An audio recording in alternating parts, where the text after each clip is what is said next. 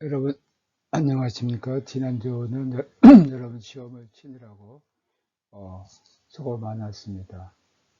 지금도 다시 코로나가 새롭게 퍼지고 있는 상황에서 여러분 건강 유의하시고 아무쪼록 우리가 대면 강의하는 그날까지 모두 다 안전하게 건강하게 지내기를 또 기도합니다. 오늘은 19세기 가톨릭 교회를 중심으로 우리가 배워보도록 하겠습니다. 전체적인 그 특징을 보면 심각한 적대감과 깊은 외부적인 손실 때문에 거성 교황과 가톨릭 교회가 혁명기에 겪어야 했었는데 19세기 동안 무수히 많은 비판에도 불구하고 로마 가톨릭 교회, 특히 이 교황권의 가치와 권력은 끊임없이 상승하고 있었습니다.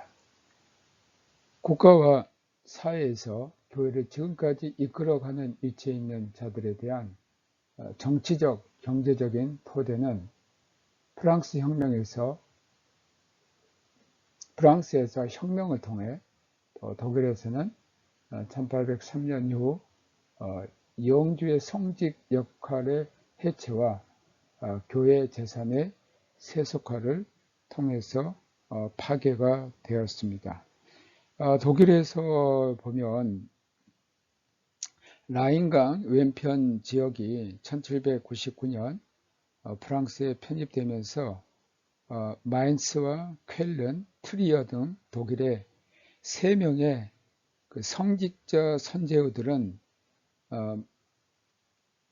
마인강 좌편의 지역을 완전히 잃어버렸습니다.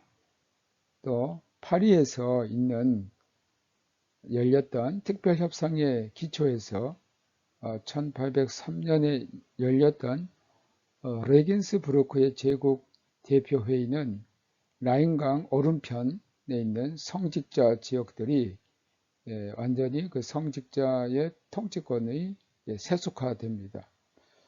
이름으로써 독일에서 성직자 선제후 제도의 종말을 의미합니다.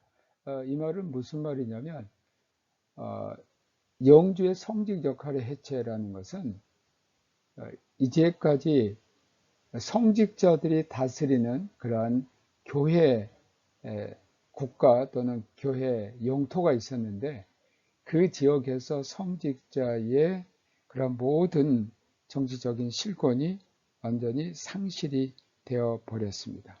그래서 이제 독일에서는 성직자가 다스리는 어떤 지역도 없게 됩니다. 이와 같은 외적 손실에 병행하여 놀랄 만한 내적 각성 과정이 나타나는데 무엇보다도 교황권이 다시 강화가 됩니다. 19세기 가톨릭 교회 재강화는 3가지 주된 요소 때문입니다. 첫 번째는 가톨릭 운동에서 그 내부에서 종교적 갱신이 일어나고 두 번째는 교구의 새로운 제도에서 교황청의 보편적인 교회 정치가 실현되었고 세 번째는 소위 울트라 몬타니즘이 성공하게 됩니다. 이 울트라 몬타니즘이라는 뜻은 울트라라는 그 뜻은 라틴어에 보면 건너가다, 저편이다 그런 뜻입니다. 그 말은 무슨 말이냐면 이렇게 유럽에서 독일에서 특히 이탈리아 반도는 이렇게 알프스 산에 막혀 있습니다. 그래서 울트라는 이 독일 산맥 위에 있어서 건너편입니다.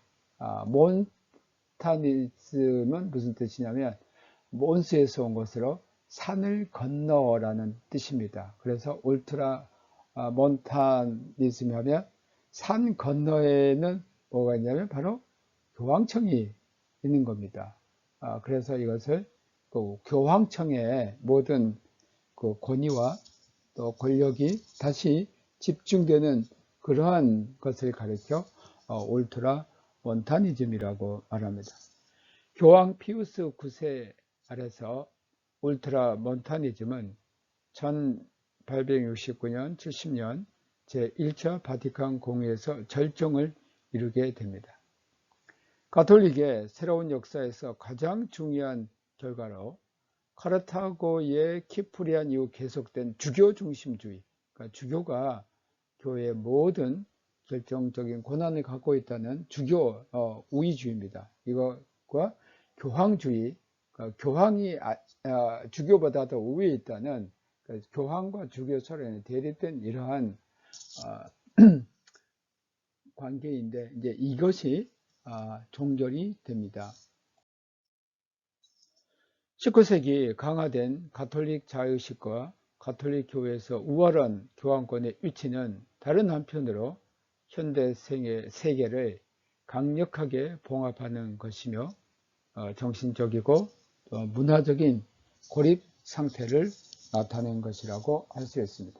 자, 교황의 그 권위가 그 어느 때보다도 강화됐지만 결국은 이것은 고립된 19세기가 되면 굉장히 변하는 그런 시대인데 이러한 변화에 발맞추지 못하고 교황의 그 권위와 교황의 그런 어떤 강력함을 주장하다가 그러한 현 세상의 흐름에 자연스럽게 조화되지 못한 그런 결과를 가져오게 됐습니다.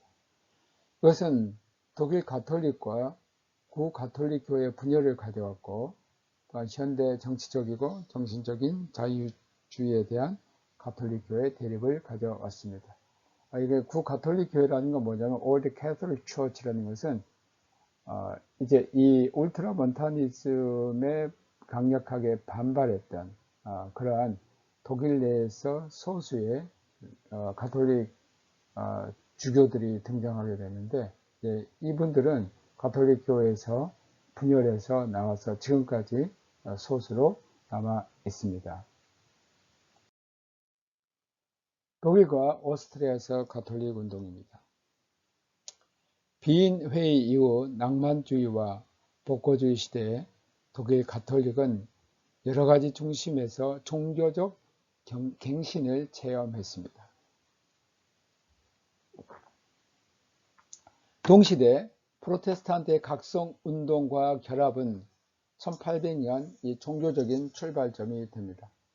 19세기가 되면 프로테스탄트에서는 그 이전에 있었던 그러한 경건주의 운동이라든지 이러한 것에 기반을 둔 부흥운동 또는 각성운동이 매우 활발하게 일어납니다. 이제 이런 프로테스탄트의 각성운동과 또 한편으로는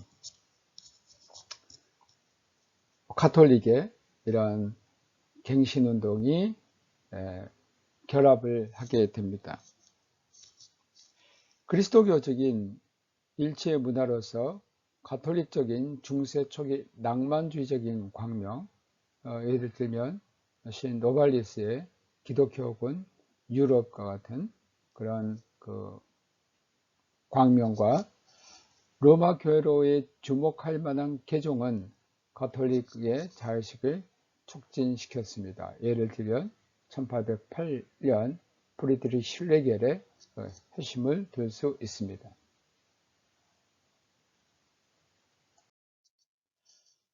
바이에른주의 신학자 자일러가 경건하고 반스콜라적인 가톨릭주의에서 가장 중요한 사람인데 그로부터 많은 자극이 있었습니다. 그래서 또한 알고이에 각성운동이 가톨릭 내에서 그 부흥운동, 각성운동이 시작이 됩니다. 또 베스트팔렌의 뮌스터에서 영주 부인 갈라친의 주변에 한 모임이 형성됐는데 이 모임에는 개혁 하만도 속해 있었습니다. 그는 라인란트에서 가톨릭 운동에 중요한 자극을 주었던 사람입니다. 또 비인에서 호프마이어의 비인의 사도들이라는 모임이 점점 강하게 교회적인 자의식을 채워갔습니다. 단지 강화된 교황권만이 가톨릭 교회를 새롭게 할 수 있다는 그런 입장이었습니다. 마인츠에서는 코일마 주교를 중심으로 모임이 생겨서 반계몽주의적이고 반프로테스탄트적인 가톨릭 교회 개념을 점점 강조했습니다. 그래야 새로운 스콜라적인 신학 학파를 세웁니다. 미넨대학은 1826년에 세워졌는데 미넨대학에서는 요셉 괴레스가 영향을 미쳤는데 무엇보다 자의식적인 카톨릭주의를 위해서 출판해서 활동을 했습니다. 튜빙겐 대학에서 드라이와 멜러에 의한 튜빙겐 학파가 형성이 됩니다. 그들은 그 시대 정신에 끼어들지 않고 간연주의와 낭만주의와 함께 교환을 했습니다. 멜러의 작품 신조 비교 신학 심볼릭은 낭만주의적인 유기적 사고와 자의식적인 논쟁 신학이 결합된 것입니다. 멜러에게 로마 가톨릭주의는 그리스도교 역사상 가장 완성된 형태였습니다. 왜냐하면 가톨릭은 모든 대립적인 것에 대한 참다운 일치를 나타내기 때문이라는 것입니다.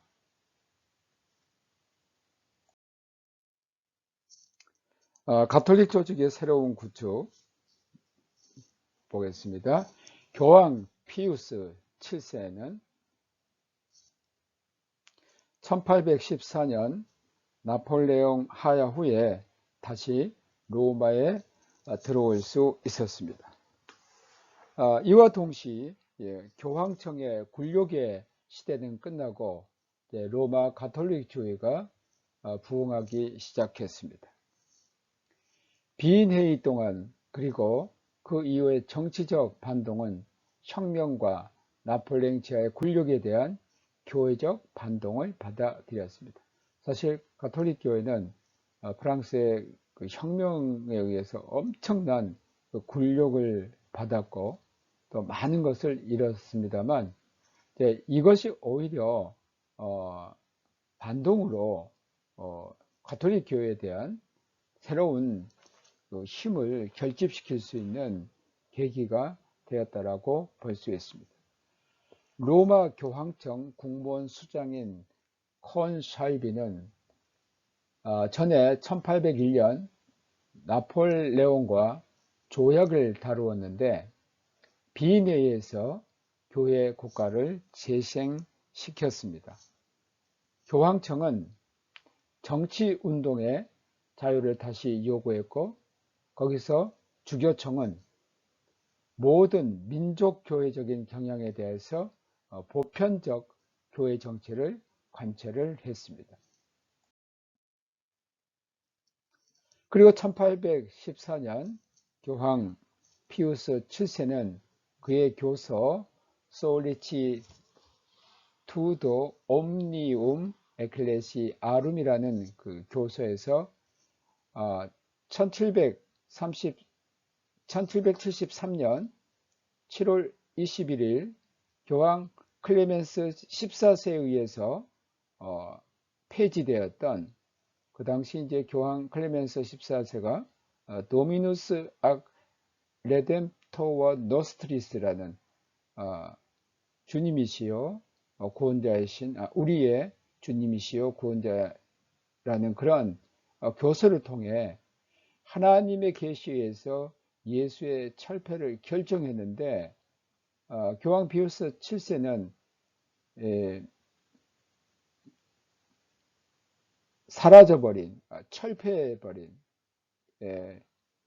예수회를 회복을 시켰습니다. 그의 영향력은 19세기 내내 증가했습니다. 그래서 로마 대학과 가톨릭 선교에 그것을 예수회로 완전히 양도를 합니다. 로마는 협정 내지 교황의 발표를 통해서 일련의 국가들 속에서 교회적 계층을 다시 세우고 새롭게 만들었습니다. 독일에는 구제국의 몰락 후에 개개 국가들과 상의를 해야 했습니다.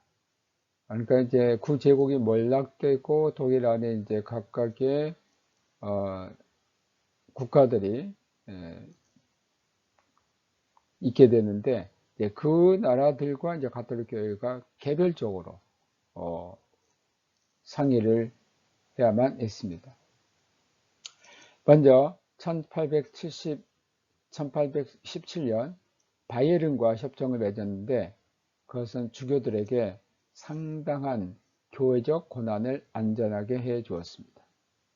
하지만 주교의 지명과 모든 교회 측령에 대한 비준을 국가에게 양도해야 했습니다. 바이에른은 파사우 주교구, 레겐스부르크 주교구와 아우크스부르크의 주교구와 함께하는 뮌헨 프라이징 대주교구와 베르츠부르크, 아이슈타트와 슈파이와 함께하는 밤베르크 대주교로 나누어졌습니다.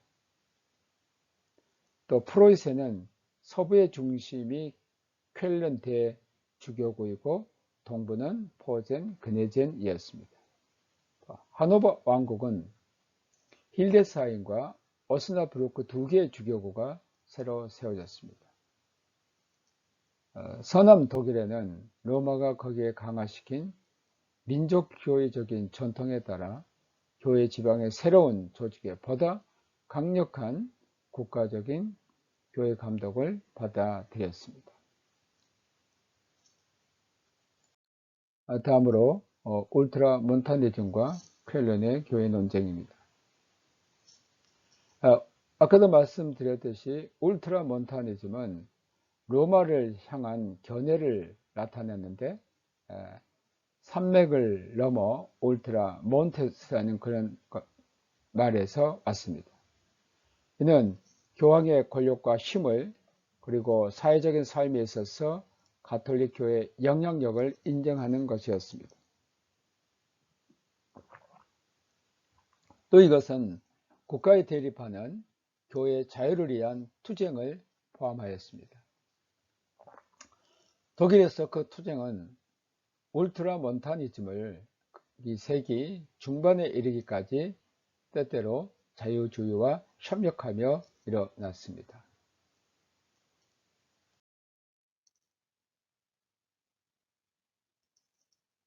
(19세기) 울트라몬타니즘의 뿌리는 프랑스에서 혁명에 대한 반동과 또 교회와 교황을 완전히 국가에 예속시키려는 나폴레옹의 시도에 대한 반항이었습니다. 이게 이제 마이스트레라는 사람의 그 기본적인 작품에 등장합니다. 두 파피라는 작품에 등장했습니다. 그리고 여기에서 분명히 등장하는 게 있는데, 교황 무호설입니다. 교황 무호설이 여기에 분명히 선포되어 있습니다. 그러니까 교황이 교황으로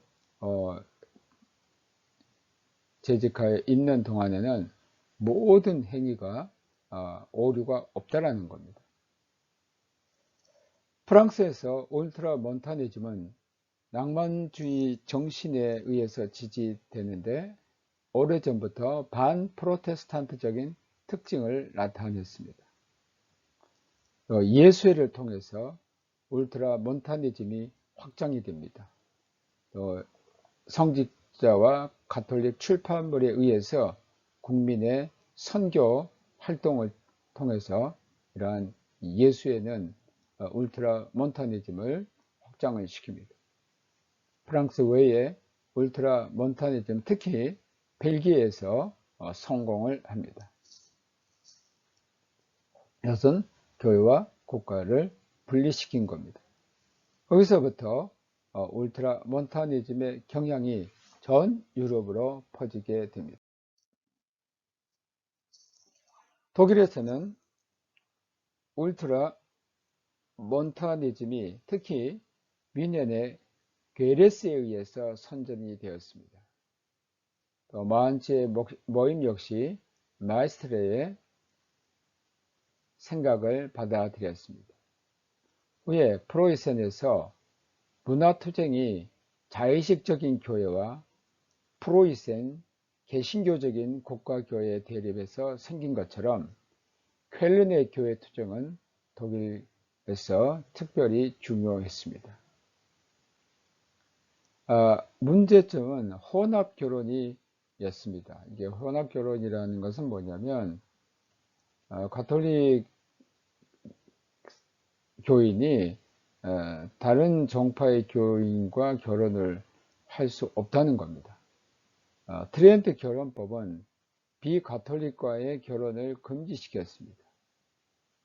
그 사이에 자유주의적인 실천이 관철이 됩니다.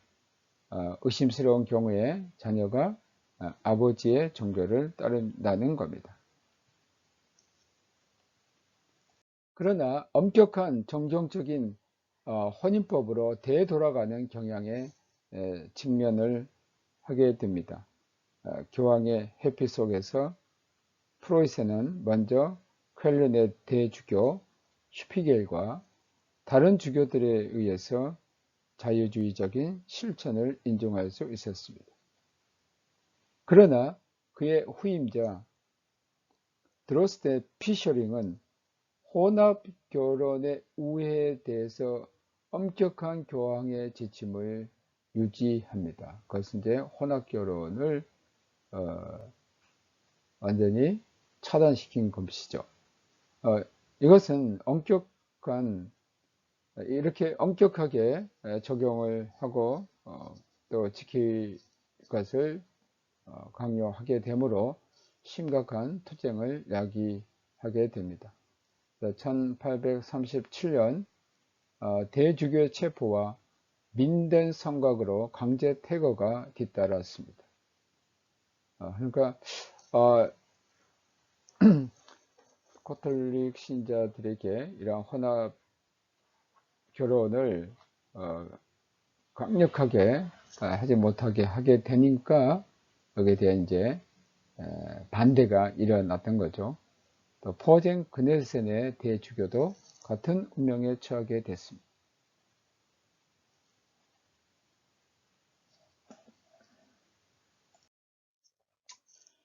이 켈런 사건의 결과 가톨릭 주민은 국가에 대한 투쟁 속에서 위계 질서의 뒤편에 폐쇄적으로 남게 되었습니다.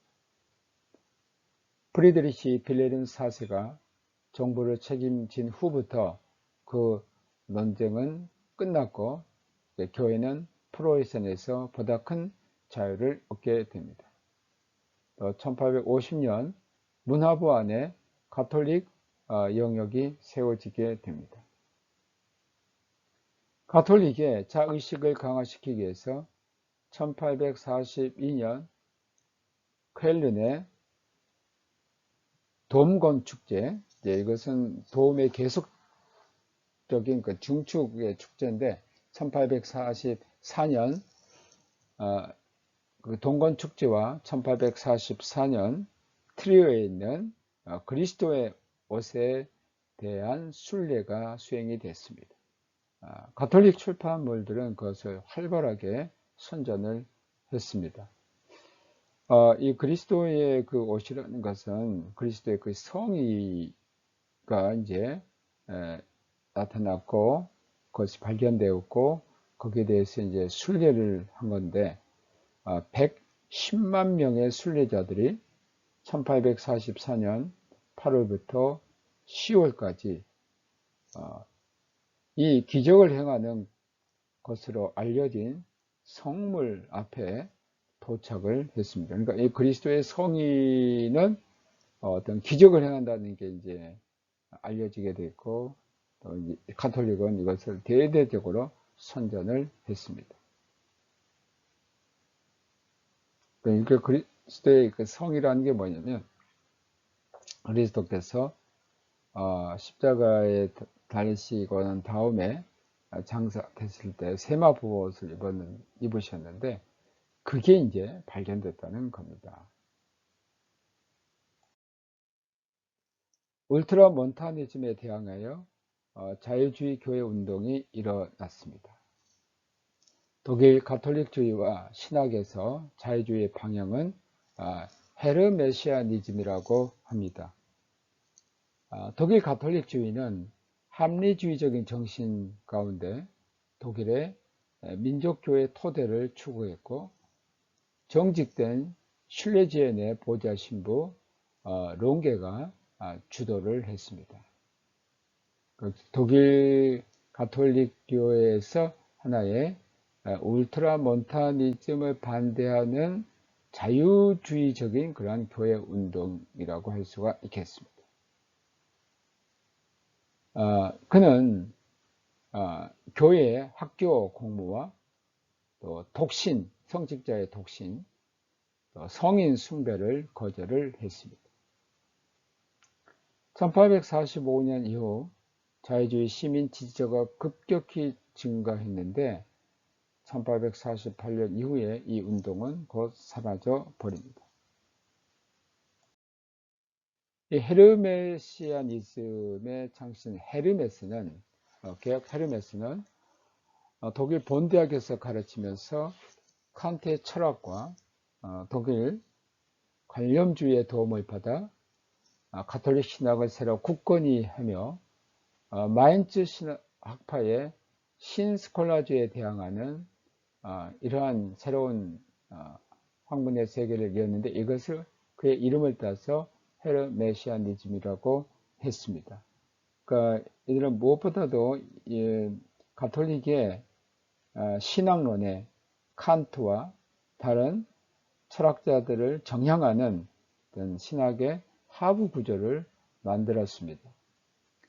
울트라몬타니즘은 무엇보다 마인츠의 주교 케틀레에 의해서 대변되는 사회적인 가톨릭주의와 일치했습니다.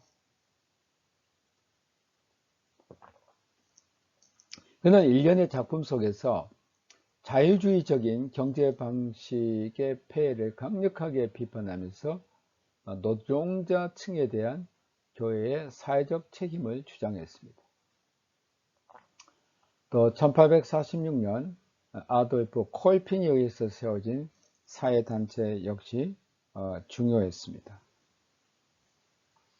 이 단체는 위협당하는 수공업 신분을 지원하려고 했고 계속해서 콜핀 가게 안에서 확장되고 오늘날까지 활동을 하고 있습니다. 다음으로 교황 피우스 9세와 제1차 바티칸 공의회 1869년 1870년입니다. 이 교황 피우스는 역사상 가장 오랫동안 교황을 했던 분입니다. 1846년부터 1878년까지 32년 동안 교황으로 재하신 분입니다. 근대 가톨릭주의 역사에서 가장 중요한 인물입니다. 피우스 9세는 1848년의 혁명 경험을 토대로 그의 프로그램에서 자유주의와 민족주의에 투쟁을 했습니다. 그리고 1854년 피우스 9세는 교서에서 결정했던 근대의 가장 중요한 마리아 교리를 선포합니다. 이게 바로 마리아의 무흠 수태 이마쿨라타 콘셉시오라는 그런 교리입니다. 즉 마리아는 어머니 성 안나의 자궁에서 수태 순간에 성령의 놀랄만한 개입에 의해서 언제에 의한 모든 더러움으로부터 이미 벗어나 있었다는 겁니다. 즉 다른 말로 하면 성모 마리아는 예수님의 어머니로서 예수님을 이제 잉태하는 그 순간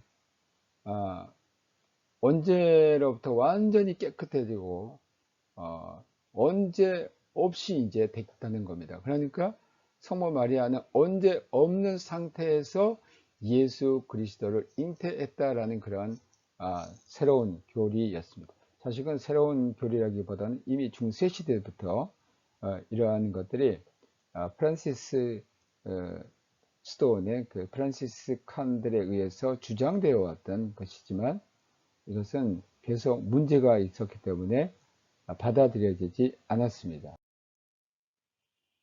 이 교리의 배경은 점점 증가하는 울트라 몬타니즘과 그 시대에 강력해진 마리아 경고, 또 교황 그 자신도 포함이 되었습니다. 예를 들면 1858년 루드에서 마리아가 출연했다는 그런 보고가 있었습니다.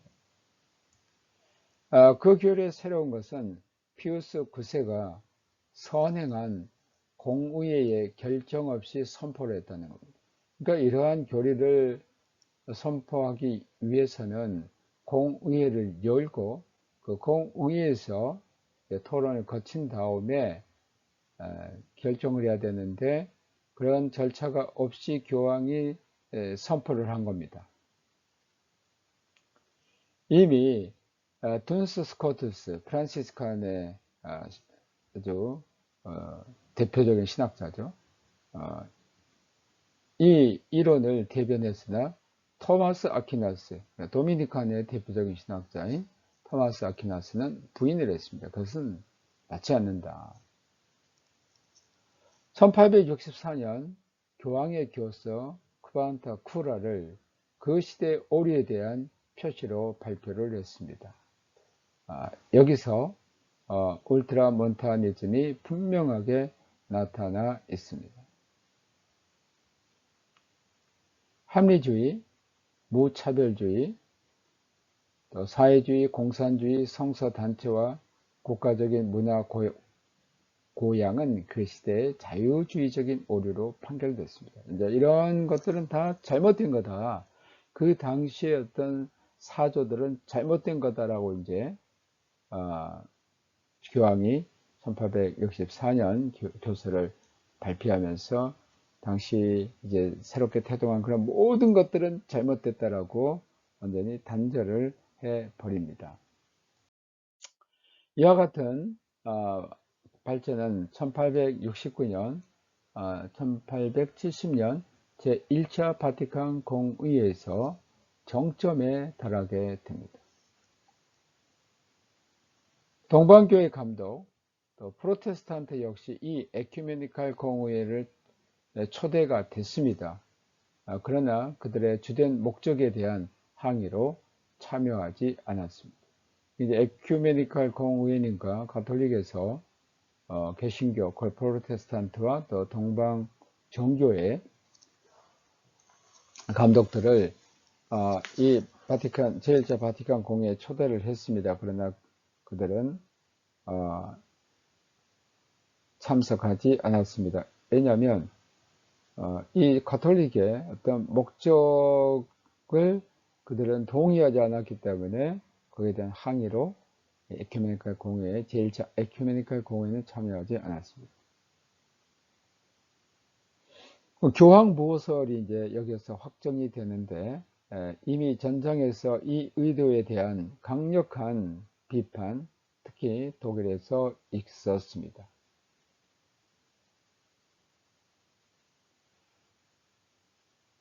컨스티투치오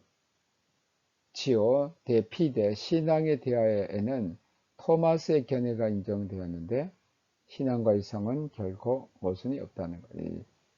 제1차 바티칸 공회에서 이제 중요한 결정, 신앙에 대해서 컨스티투치오 대 피데에서는 신앙과 이성은 결코 모순이 없다. 컨스티투치오 대 에클레시아 교회론에 대해서는 교황의 보편적 감독권과 교황의 무오류설이 정의가 되었습니다. 교황의 보편적인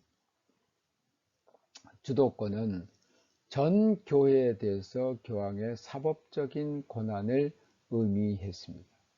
그러니까 모든 그 교회에 교황이 사법적인 권한을 갖고 있다는 것. 그러므로 주교 중심주의와 공회 중심주의는 동시에 격퇴됩니다. 그리고 결국 교황청주의 내지는 교황주의가 수세기 동안의 투쟁에서 승자가 되는 것입니다. 보편적인 주교권 외에 무오류설에 대한 설명은 다음과 같습니다. 교황은 강당과 관련된 것, 신앙과 관습의 문제에 대한 최고의 가르침을 공적으로 수행하는 데 있어서 그러한 가르침은 오류가 있을 수 없다는 것입니다. 그러한 잘못될 수 없는 결정은 전체 교회에 해당되어야 하며 신앙의 보관은 거룩하게 보관되고 신실하게 해석되어야 한다는 겁니다. 교황의 결정에 교회의 동의 없이도 그러한 교리 결정의 무오리성은 그들의 법적인 근거를 갖게 됩니다. 그래서 이제 교황은 모든 면에서 오류를 범하지 않기 때문에 이 교황의 무오류설은 법적인 근거를 확실하게 갖게 되었습니다. 제1차 바티칸 공의회는 19세기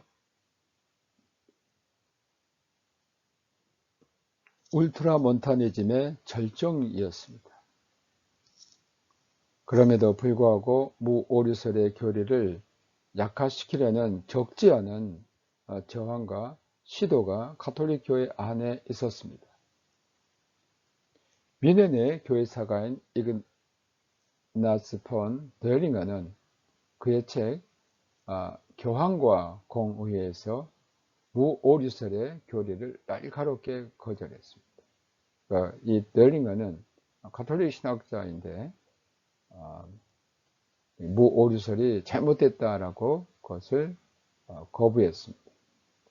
제1차 바티칸 공의회의 구가톨릭 교회와 로마 가톨릭 교회로 분열이 됩니다.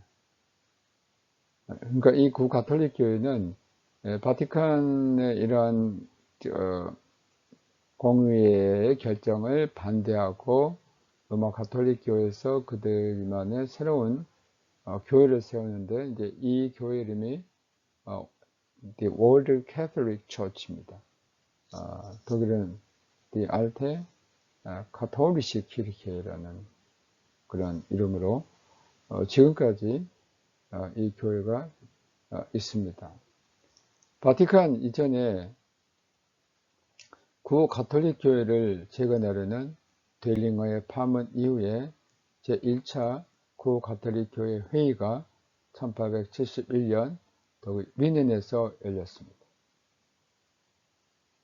쾰른의 제2차 회의에서 네덜란드 오트레히트 교회의 서품받은 주교가 특별 주교로 선출이 되었고 동시에 사도직을 계승했습니다.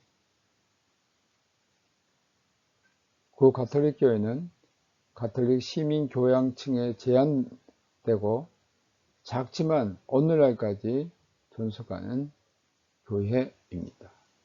그러니까 이들은 이제 가톨릭의 특히 울트라몬타니즘이 또 이 울트라몬타니즘의 절정에 의해서 결정된 제1차 바티칸 공의회 그 결정을 반대하고 원래 가톨릭의 그 신학과 신앙으로 돌아가야 된다라고 주장했던 사람들입니다.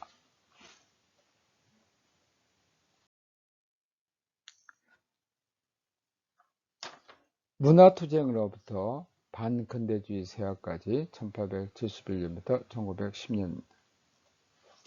문화투쟁이라는 개념은 강화된 가톨릭 교회와 19세기 자유주의 정신과 민족주의와의 부딪히는 것을 의미했습니다. 좁은 의미에서 그것은 프로이센 수상이며 1871년 세워진 독일 제국의 첫 수상인 비스마르크와 로마 교황청과의 투쟁입니다. 이미 가톨릭은 1870년 제국 내에 가톨릭 중앙당을 세웠습니다. 그래서 사실 중앙당에 의해서 제국 의회 의원들이 상당히 배출이 됐습니다. 그러나 이제 비스마르크가 볼 때는 이 가톨릭 중앙당이 굉장히 껄끄럽습니다. 울트라 몬타니즘과 결합 속에서 비스마르크는 새로 세워진 제국에 대해 강력해진 정치적 가톨릭을 두려워했습니다. 그래서 가톨릭 교회 그 자체가 아니라 정치적 가톨릭주의를 그의 적으로 여겼습니다. 그러나 그는 개신교를 포함하여 교회들을 국가와 정치로부터 엄격히 멀어지게 하고 종교적 영역에만 제한시키고자 했습니다. 1871년부터 1875년 결국 교회 영역에 개입하는 다양한 법률들이 발표를 합니다. 그래서 이제 국가의 그 법률로 정치적 선동에 대한 강단, 교회 강단의 오용에 대한 반대를 합니다. 그러니까 교회 안에서 정치적 선동을 해서는 안 된다. 또 신학교와 그들의 수도단을 독일에서 금지합니다. 또 학교 감독법이라고 해서 국가가 학교를 감독할 수 있게 했습니다. 그리하여 신학교를 정부의 통제권 안에 재배치하면서 또 성직자 임명권을 장악하게 됩니다.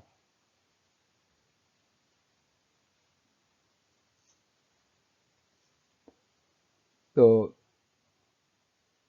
1873년 5월의 법이라고 해서 공립대학의 성직자와 그들의 교육에 대한 문화시험을 치게 했고, 또 교회법을 철저히 제한하고 1875년 빵광주리법, 즉 브로드콜프 게세스라는 법을 만들어서 국가 업무를 폐지를 시킵니다.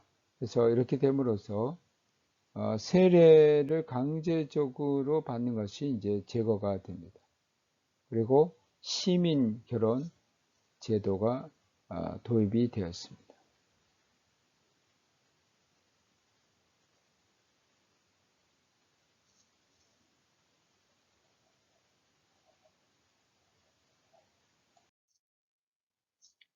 주교들의 단호한 저항은 체포와 파면으로 이어졌고, 가톨릭 주민들은 그들의 주교 주위에 모이게 됩니다. 초기에는 피우스 9세 죽음 후에 교황 레오 13세 아래 전선이 아주 심각했습니다. 비스마르크는 1880년과 1887년 사이 문화투쟁 입법을 단계적으로 취소하게 됩니다. 그러니까 비스마르크가 이 가톨릭 교회에 취했던 문화투쟁법이 너무 무리였다라는 것을 이제 알게 된 거죠. 시민 결혼, 예수의 금지, 그리고 프로이센 헌법의 종교 지향 등은 예외로 했습니다. 전체적으로 가톨릭 교회가 승리했던 문화투쟁에서 빌헬름 2세 시대의 교황의 지도 아래 지속적인 가톨릭의 부흥이 뒤따르게 됩니다. 교황 레오 13세는 1881년 교서 레름 노바룸을 발표하고 중요한 계획의 자극은 예를 들어 가톨릭 노동단체의 발생과 함께 새로운 가톨릭 사회론이 대두됩니다. 엄격한 교황주의에 대항하여 19세기 말 개혁 가톨릭주의는 무엇보다 가톨릭 신학 안에 보다 넓은 자유 공간을 얻고자 시도를 했습니다. 예를 들면 베르츠부르크의 거의학자 헤르만 쉘을 들 수 있습니다. 그러나 피우스 10세 아래 그러한 현대화의 노력이 심판을 받았고 1910년 모든 가톨릭 신학자로부터 교회 공모를 넘겨받기 전에 소위 반현대주의 서약이 요구가 됐습니다. 거기에는 다양한 현대의 이념들, 학문적인 인식, 예를 들면 진화로부터 거리를 취하였습니다. 이러한 것들은 1967년에야 폐지가 되었습니다. 자, 여기까지 우리가 19세기 가톨릭 교회를 이제 마치기로 하겠고요. 이제 여러분들이 혹시 여기까지 배우면서 질문이 있거나 또는 이해가 안 되는 부분들은 메일이나 문자로 보내주시기 바랍니다. 그리고 기말고사는 오늘 배운 것부터 기말고사의 범위에 들어가니까 기말고사는 준비를 공부하면서 잘 해주시기 바랍니다.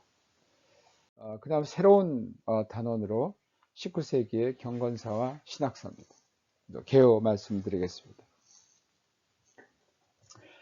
19세기 전체 역사에서 가치가 있는 것은 개신교 경건사와 신학사라고 할 수 있습니다.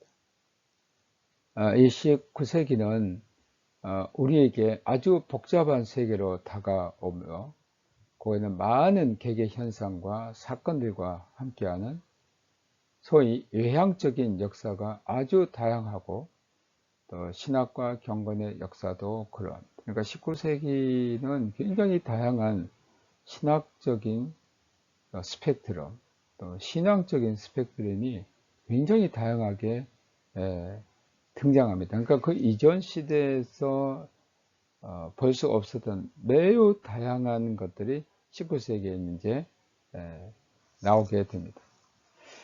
19세기 초 19세기 교회 아버지로 표시된 사람은 슐라예르 마하입니다. 우리가 슐라예르 마하 이름을 보면요, 성은 슐라예르 마하인데 세 개입니다. 프리드리시 다니엘 에한스트라고 되어 있습니다. 이 표지에는 19세기 신학자들 속에 슐라예르 마하에 대한 논쟁의 여지가 없는 아주 중요한 표현을 담고 있습니다. 그러나 비판적인 측면 역시 이와 같은 자주 인용된 표현과 병행을 하고 있습니다. 19세기 신학의 주된 흐름을 어떻게 보는가에 따라서 커다란 자극자, 바로 슐라예르 마하가 있습니다. 그러니까 슐라예르 마하를 어떻게 보느냐에 따라서 우리는 19세기 신학의 흐름을 볼 수가 있습니다. 또 현재 연구에 의하면 19세기 전반의 각성운동의 다양한 현상은 한순간에 강하게 돌출이 됐다는 겁니다. 그러니까 긴 세월을 두고 차츰차츰 무르익어서 나온 것이 아니고 어느 순간, 한순간에 굉장히 다양한 현상으로, 그러니까 이러한 그 각성운동이 독일에서만 일어난 게 아니고 독일 또 유럽 전역에서 그리고 대서양을 건너서 미국에서 이러한 그 어떤 놀라운 그 현상들이 굉장히 다양하게 등장합니다. 다음과 같은 것이 함의가 될 수 있다고 봅니다. 각성운동에는 전체 개신교주의 내에서 비판적인 갱신운동이 중요합니다. 그것은 개별적으로 구별할 때에 계몽과 프랑스 혁명의 일반적 반동으로 이해될 수 있다라고 에리히 바이로이터가 이렇게 판단했습니다. 이 말은 무슨 말이냐면 바로 이 각성운동이 일어나기 전에 유럽은 이제 계몽주의, 이 계몽주의적인 영향을 받은 신학이 주류로 있게 됐고, 또 프랑스 혁명에 의해서 자유주의 정신이 넓게 퍼지면서 어떻게 보면 과거 교회가 가지고 있었던 그런 이제까지 가지고 있었던 것에 대한 어떤 그 반동, 저렇게 해서는 안 될 거다라는 계몽주의의 그러한 정신, 또 프랑스 혁명의 정신들이 교회에 들어오고 교회에 영향을 끼치면서 이것이 아니다라는 어떤 그 반동으로 각성운동이 일어났다라고 하는 겁니다. 그래서 각성운동의 아주 특징이 있습니다. 이것은 개인의 신앙 경험을 강조. 이 신앙 경험은 내가 신앙에 있어서 어떤 체험이 매우 중요시 여겨지게 되고요. 또 시대사와 성서적 구속사를 결합을 합니다. 성서의 그 구속의 역사와 그 시대의 역사는 어떤 관계가 있을까? 이것은 우리 인류의 긴 역사를 통해서 볼 때 이제 이 성서의 그 구속사는 이제 그 시대사와 이제 어떻게 보면 마지막을 향해서 가고 있는, 그래서 이 각성운동에서는 또 한편으로는 종말론적인 경향이 등장하게 됩니다. 또 많은 각성된 모임의 사회적, 선교적 활동으로 각인된 조합정신과 함께 중요한 경건운동은 경건주의와 함께 뿐 아니라 계몽주의와도 분명하게 결합이 된 현상을 보이게 됩니다. 이것은 이제 각성운동에서 이제 드러낸 특징 가운데 선교활동입니다. 이것은 선교활동을 통해서 굉장히 많은 선교단체들이 등장하게 됩니다.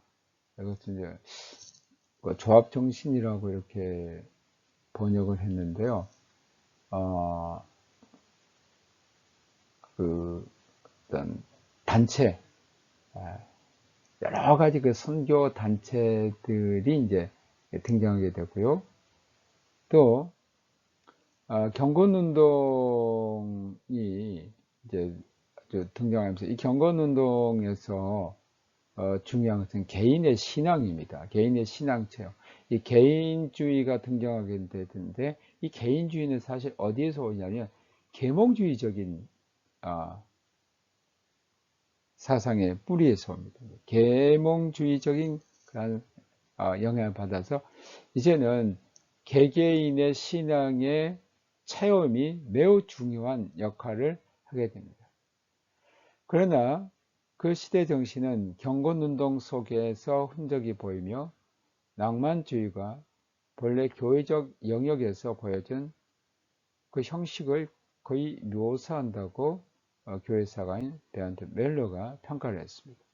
이 각성운동의 어떤 그 시대 정신 어디에서 왔을까? 그거 보니 경건주의 운동의 어떤 그 흔적이 각성운동에는 보인다는 겁니다. 또 낭만주의가 거기 어떤 그 형식이 있다는 거고, 낭만주의라는 것은 이제 그 이전에 등장했던 그 주지주의라든지 어떤 이성주의에 대해서 반하는 새로운 그 낭만주의가 등장하는데, 그것은 바로 인간의 감성입니다.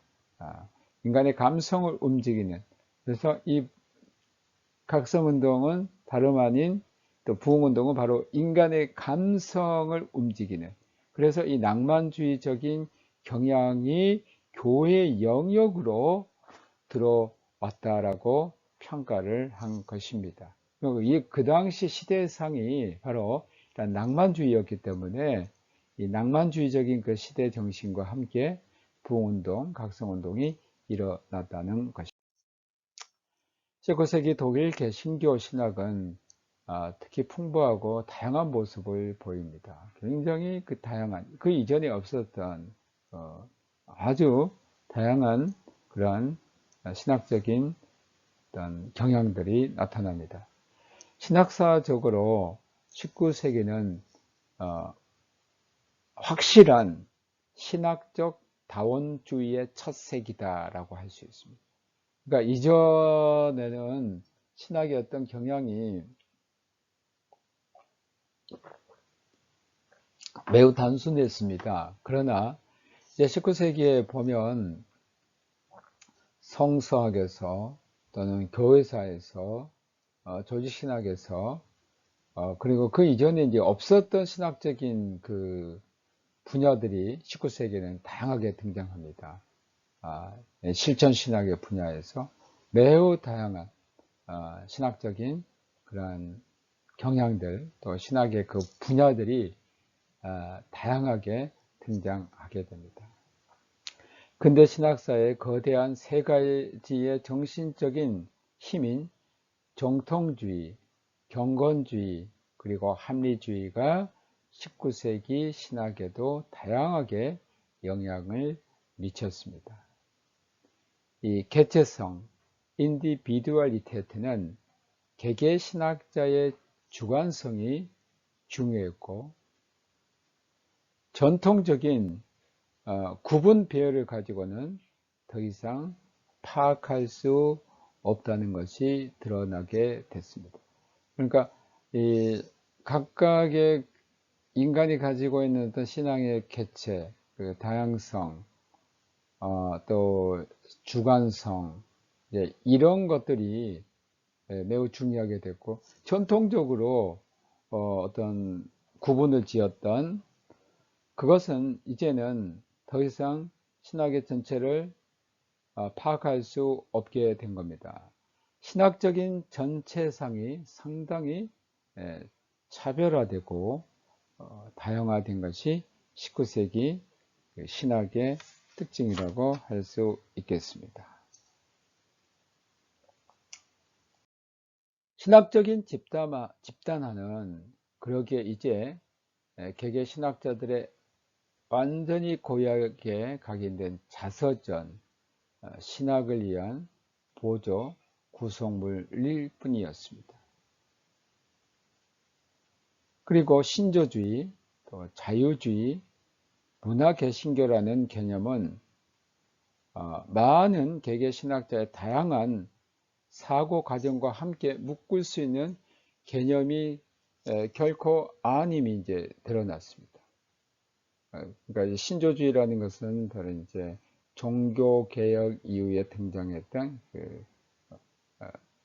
각 신학의 어떤 예를 들면 루터란, 또 개혁교회, 로마 가톨릭 이런 것이죠. 이런 것들은 다양한 사고 과정을 함께 묶을 수 있는 이런 개념이 이제 결코 아니게 됩니다. 19세기 신학적 흐름을 전체적으로 전망해 보려는 것은 확실한 분류가 없이는 가능하지 않습니다. 그 관찰은 전체적으로 보아 분명히 적절하고 또 19세기가 신학적으로 여러 가지 점에서 계속적으로 넓은 토대가 된다는 것은 마치 교회적으로 요구되어진 것처럼 계속 고려될 수 있습니다. 그러니까 19세기의 그 신학은 그 이전의 신학세계에서 볼 수 없었던 굉장히 많은 것들이 그게 이제는 각 교회에서 요구되는 것들이 아주 많은 것처럼 각 이제 교회의 그 많은 교파가 이제 등장하게 되고요. 또 교파의 어떤 다양성도 생기게 되고요. 그런 가운데서 굉장히 넓은 어떤 그 틀을 갖고 있다라고 할 수 있습니다. 우리가 19세기 경건사와 신학사의 그 주요 항목들은 이제 슐라이르마흐부터 시작해가지고 다음 주에 계속 하도록 하겠습니다. 여러분 다음 주까지 건강하게 잘 지내시기를 바랍니다. 안녕히 계십시오.